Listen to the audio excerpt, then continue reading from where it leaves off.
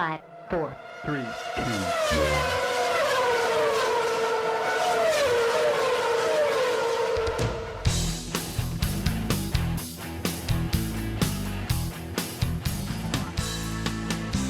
Bonjour à tous, bonjour les amis, salut à tous les passionnés de sport auto, l'Afterlap épisode 90, déjà un chiffre rond pour un numéro un petit peu exceptionnel parce qu'on va parler d'Indianapolis 2021 et de cette victoire d'Helio Castroneves qui vous a tous marqué, j'en suis sûr, comme moi elle m'a vraiment beaucoup touché.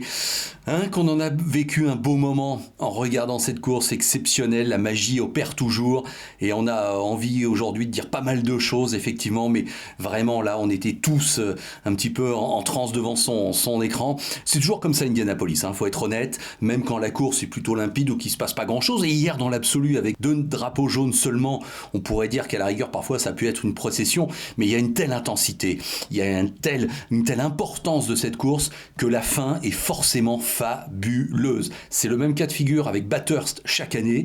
Et Indianapolis, et oui, ça fait partie de ces mythes où effectivement on vibre, on tremble et on s'extasie devant le résultat, surtout que là, ça récompense une histoire absolument incroyable. Alors écoutez, on va essayer de passer en revue pas mal de choses, juste pour constater qu'au niveau du contexte, vous êtes comme moi, vous avez vu qu'il y avait donc 135 000 spectateurs. Je crois que vous vous êtes fait la même réflexion. 135 000 spectateurs à Indianapolis, finalement, ça remplit toutes les tribunes. Voilà, maintenant on sait que sur les 300 000, on va retenir ce chiffre, sans doute plus proche de la réalité que 400 000, il faut être honnête. S'il y a 300 000 spectateurs, il y en a la moitié qui se trouve dans l'infield et la moitié dans les tribunes. Donc voilà, 135 000 spectateurs, en fait ça remplit toutes les tribunes ou presque, même si on a pu voir que c'était un petit peu espacé à quelques endroits, mais enfin bon, voilà. Donc du coup on était rassurés sur l'ambiance qui allait avoir lieu et sur effectivement cette magie qui allait opérer et les encouragements de la foule et les cris. C'est toujours génial quand on voit entre le virage 3 et 4 la caméra qui pivote et on voit tout le public au premier plan qui encourage un pilote. C'est toujours effectivement des moments fabuleux. Helio Castroneves a donc gagné à 46 ans, mais c'est incroyable franchement ce qui s'est passé. Vous savez que Castroneves a commencé sa carrière à Indianapolis en gagnant coup sur coup ses 2 premières éditions. Donc il gagne en 2001 en étant rookie, il gagne en 2002 en se succédant à lui-même. Ensuite il a attendu quelques années pour regagner en 2009 et donc il gagne en 2021, 20 ans après la première victoire. Déjà ça, plus à 46 ans, c'est incroyable. Et c'est bien la preuve que parfois l'expérience, elle joue un rôle absolument considérable et que le fait d'être passé par tant d'épreuves avant fait qu'on aborde les nouvelles avec effectivement un petit peu plus de bagages. Au niveau des statistiques, vous savez comme moi que Castroneves, c'est donc 4 victoires. Et il rentre dans la grande légende d'Indianapolis avec maintenant 4 pilotes à 4 victoires. Je vais y revenir dans quelques instants. Mais il ne faut pas oublier qu'il a aussi terminé 3 fois deuxième de l'Indy 500 et 9 fois il a terminé dans le top 5 en 21 participations. Donc pratiquement une course sur 2 Indianapolis, il est dans le top 5. C'est un pilote qui a tout de suite été marqué par la grâce à Indianapolis et qui a tout de suite eu des résultats sur ce circuit qui lui convient absolument parfaitement. Et moi, ce que j'adore dans Helio Castroneves, effectivement, c'est son attitude. Je l'ai interviewé une fois, pour tout vous dire, à Sebring en 2006, où l'équipe Penske, à l'époque, vous le savez, en American Le Mans Series, a engagé les Porsche Spyder.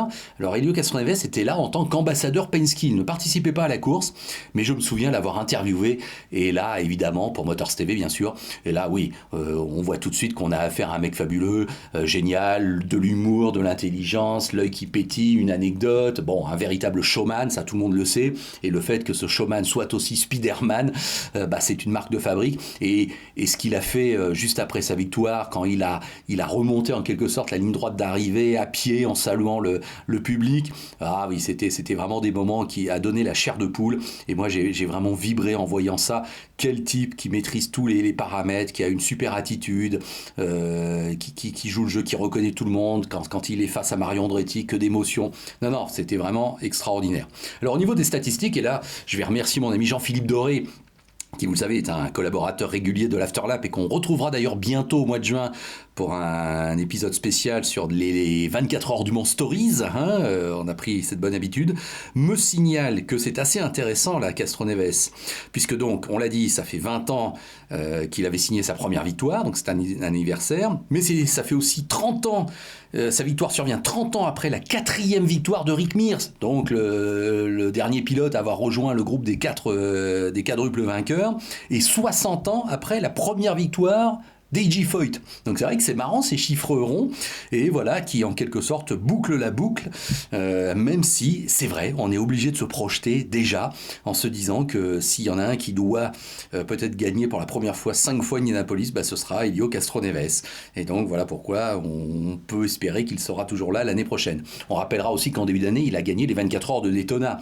Incroyable, 2 courses au programme pour l'instant et 2 victoires aussi prestigieuses que les 24 heures de Daytona ou Indianapolis. Donc ouais, on a vécu un moment extraordinaire. Qu'est-ce que je voudrais vous dire aussi à propos d'Helio Castroneves ? C'est que lorsqu'il avait gagné ses 2 premiers Indy en 2001 et 2002, donc je suivais évidemment à fond l'actualité du kart, eh bien Roger Penske avait rendu hommage à son pilote en disant qu'il était sans doute, selon lui, le seul qui pouvait instantanément aller en Formule 1 et briller en Formule 1. Voilà, Roger Penske n'a pas dit ça de tous ses pilotes, mais à propos de Castroneves, il l'avait dit. Il mérite, et s'il va en Formule 1, il mérite d'aller en Formule 1, et s'il va en Formule 1, il sera très fort. Donc voilà, je pense que c'était un signe qui ne trompait pas, qu'on avait une pépite, on avait un pilote exceptionnel, et si Roger Penske, et moi je m'en souviens vraiment très bien qu'il a dit ça, si Roger Penske allait jusqu'à affirmer cela, c'était pas par hasard. J'ai envie aussi de rajouter un drôle d'épisode dans la carrière d'Helio Castroneves, mais là c'est plus du storytelling comme on dit, c'est par rapport à son histoire perso, mais ça m'avait marqué. Les plus jeunes peut-être d'entre vous ne savent pas qu'en 2008, il a été jugé pour évasion fiscale, Helio Castroneves, devant un tribunal, je crois, de Floride. Et moi, je me souviens très bien de l'image. On le voit arriver, tel un prisonnier, avec sa combinaison orange. Vous voyez l'image, comme dans les téléfilms américains. Et je me demande même si on ne le voit pas arriver avec des menottes au poignet. Et il est face à un juge et il écoute la sentence qui va le concerner par rapport donc à ces millions de dollars qui concernaient une non-déclaration au fisc américain. Alors je crois savoir qu'il a été un peu blanchi, mais le fait est qu'il a connu une vraie période très délicate à ce niveau-là. Et donc, cette image d'un Helio Castroneves littéralement prisonnier entre deux policiers en combinaison orange et les menottes au poignet, elle existe. Une quinzaine d'années plus tard, le voir de nouveau gagner Indianapolis, effectivement, on ne s'y attendait pas forcément. C'est vrai que dans le déroulement de la course hier, on a bien vu qu'il était globalement là, dans le top 10 assez régulièrement depuis le début de la course. J'avoue qu'effectivement, de là à imaginer qu'il allait gagner, non, je ne l'avais pas pronostiqué.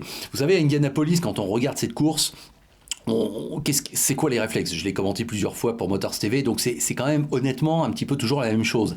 Vous étudiez les forces en présence jusqu'à la première moitié de course, et on voit bien quand même quels sont les pilotes qui sont régulièrement dans le top 5, après les arrêts au stand qui se remettent, ou qui sont entre top 5, top 10. Bon, là, ça sert déjà à voir un petit peu qui sont ceux qui, a priori, devraient gagner. Ensuite, effectivement, il y a une phase intermédiaire où on va jusqu'au 150e tour, où là, on se positionne, et là, c'est vrai qu'on est dans le money time, mais le money time, il est à 2 niveaux. Il y a d'une part le fait d'être bien placé dans le classement général, ça c'est incontestable, mais il y a aussi la gestion des arrêts au stand. Et hier, vous êtes comme moi, on en a eu la démonstration, car à un moment donné, il y en a qui se sont arrêtés, mais on savait qu'il faudrait qu'ils s'arrêtent de nouveau. C'était, on va dire, Palou, Castroneves, Howard, tout le groupe que suivaient les caméras de télévision, faut avouer. Mais c'est vrai que l'incertitude demeurait. Est-ce que Sato, Rosenqvist, n'allait pas aller jusqu'au bout ? Et honnêtement, moi, à un moment donné, je l'ai cru que c'était possible et qu'ils allaient le faire, un peu comme Rossi en 2016 pour la 100e édition. Finalement, tout est rentré dans l'ordre, si j'ose dire, et la télévision américaine ne s'est pas planté, donc oui, c'est bien le groupe de Palou, Castroneves, Howard et compagnie qui allait se battre pour la victoire, mais c'est vraiment pas passé loin, et c'est pour ça que ces 50 derniers tours à Indianapolis sont toujours vraiment super haletants, c'est parce qu'il y a toujours effectivement des stratégies différentes, au-delà du suspense de savoir qui va gagner la plus grande course automobile du monde. Sur les 100 premiers tours, moi honnêtement, celui qui m'a le plus impressionné, c'est Rinus VeeKay. Et c'est vrai que si je devais avoir mis une pièce à ce moment-là, je la mettais sur lui parce qu'il a gagné le Grand Prix d'Indianapolis, vous vous en souvenez, il y a 3 semaines, que parce qu'on pouvait penser qu'évidemment au niveau du boost de confiance, c'était fabuleux, que c'est le Verstappen de l'IndyCar, qu'il avait une voiture apparemment super. Donc ouais, je voyais bien un VeeKay peut-être causer une super sensation. Après, j'ai plutôt quand même pensé à un groupe de jeunes pilotes, et là j'en voyais 4 qui pouvaient gagner, créer la sensation. Donc il y avait VeeKay forcément, mais surtout Palou qui montait en puissance, Howard qui lui aussi se plaçait de mieux en mieux au plus haut, et je surveillais d'un œil intéressé Scott McLaughlin, qui j'ai l'impression avait une superbe carte à jouer. Alors pour McLaughlin, vous le savez, une seule erreur de n'avoir pas pu respecter la limite de vitesse dans les stands. Alors il l'a expliqué, il a appuyé sur la pédale de frein, il n'a pas eu les mêmes sensations, il n'a pas pu appuyer aussi vite qu'il le voulait. Et voilà comment on est pénalisé, voilà comment on perd effectivement Indianapolis. Je pense pas que McLaughlin aurait gagné, mais moi je veux croire qu'il y avait une place dans le top 5, peut-être à aller chercher. Donc il doit être bien déçu, mais ça va lui servir. Et attention à McLaughlin dans le futur, attention évidemment à Howard, à Palou, à Viquet, qui vont forcément être des forces dont il va falloir tenir compte à Indianapolis dans les années à venir. On va revenir aussi sur le début de la course, où là, un coup de théâtre incroyable. Scott Dixon, qui semblait dominer absolument les débats, qui rentre au stand et qui ne repart pas tout de suite. La même chose qui survient avec Alexander Rossi quelques secondes plus tard. Donc là, deux grands noms comme ça au tapis tout de suite. Alors on sait maintenant qu'ils sont arrivés quasiment en panne d'essence et qu'effectivement la voiture peut pas redémarrer. Même si on rajoute un peu d'essence, il faut attendre qu'elle refroidisse. Donc évidemment, ça les a complètement plantés, même s'ils ont réussi à un peu rattraper le coup à la force du poignet. Mais là, évidemment, ils sont tombés de très très haut et c'était évidemment quelque chose auquel on ne s'attendait absolument pas. Et puis, je voudrais terminer ce petit débrief d'Indianapolis, 105e édition, rendez-vous compte, par nos Français. Alors, faut être honnête que pour Sébastien Bourdet, il n'y a pas grand-chose à dire, puisqu'il termine globalement là où il s'était lancé, au-delà de la 25e place. Bon, à un moment donné, j'ai cru qu'il pouvait peut-être avoir aussi un rôle à jouer au niveau de la stratégie, puisqu'il semblait décalé, et je me disais que ça pouvait peut-être être un bon coup, mais la neutralisation qui l'aurait peut-être aidé n'est jamais venue, puisqu'il n'y en a eu que 2, donc c'est un nouveau record. Et effectivement, quelque part, c'est un peu... C'est pas cruel son classement, mais c'est vrai qu'il n'y a pas eu les moyens pour Sébastien de se montrer en évidence. En revanche, pour Simon Pagenaud, c'est incroyable ce qui est arrivé. Alors là, il a complètement démontré le contraire de ce que je croyais. Je vous ai dit tout à l'heure que lors des 100 premiers tours, on voit qui se met en position et qui se positionne. Oui, voilà, c'est le terme pour la deuxième moitié de course. Simon, à ce moment-là, il est nulle part. Moi, évidemment, je le surveille très attentivement, comme tout Français, comme tout ancien champion d'Indianapolis, et puis cocorico par rapport à ce qu'il représente. Et c'est vrai qu'on le voyait ramer entre la 15e et la 25e place. Ça, c'était vraiment pas brillant. Et puis, petit à petit, c'est vrai qu'il a réussi à se positionner. Et ça, je m'y attendais pas. Et c'est vrai qu'en fin de course, il remonte comme une fusée. Alors, c'est vrai que moi, je crois à un moment donné que Palou a fait la différence parce qu'il a doublé Castroneves et qu'il a pris soudain quelques longueurs d'avance. Mais Palou, il va un peu buter sur le trafic. Et Castroneves va en profiter. Et à partir de ce moment-là, c'est vrai que quand Castroneves passe, on sent que c'est terminé, il reste 2 tours et que ça va le faire. On sentait avec Simon qu'il pouvait mettre éventuellement tout le monde d'accord, mais qu'il aurait peut-être fallu quand même 5-10 tours supplémentaires. Voilà. Mais c'est vrai que c'était lui qui semblait le plus rapide en fin de course, et on n'est pas passé loin d'un coup fumant que Simon aurait pu réaliser. Vous vous rendez compte ce que ça aurait représenté pour le sport automobile français. En tout cas, il termine 3e, voilà, un Français qui, après avoir gagné la plus grande course du monde, termine 3e 2 ans plus tard. C'est absolument extraordinaire ce qu'a fait Simon Pagenaud, donc bravo à lui. Voilà, écoutez, on va se quitter là parce que on a à peu près tout dit, mais c'est vrai qu'on restera longtemps avec cette image gravée en nous de la célébration de la victoire d'Helio Castroneves. Et moi, plus qu'à la rigueur, le fait d'escalader le grillage, ce que je retiens, c'est vraiment le fait qu'il soit à pied, là, en mode footing, et qu'il ait passé en revue la tribune principale. C'était vraiment très émouvant, très très fort, et c'était une célébration à nul autre pareil. Et seul, j'ai envie de dire, Helio Castroneves pouvait faire ça. Voilà pour ce numéro 90 de l'Afterlap, le podcast du sport auto que vous pouvez retrouver bien sûr sur le site www.afterlap.com, sur toutes les plateformes usuelles et sur la chaîne YouTube l'Afterlap. On se retrouvera la semaine prochaine bien sûr pour un nouveau numéro qui sera consacré au Grand Prix F1 d'Azerbaïdjan. Allez, je vous laisse en vous souhaitant une bonne santé, portez-vous bien, mais quand la passion du sport automobile est à ce niveau-là, je crois qu'il n'y a pas trop d'inquiétude à se faire. Salut à tous.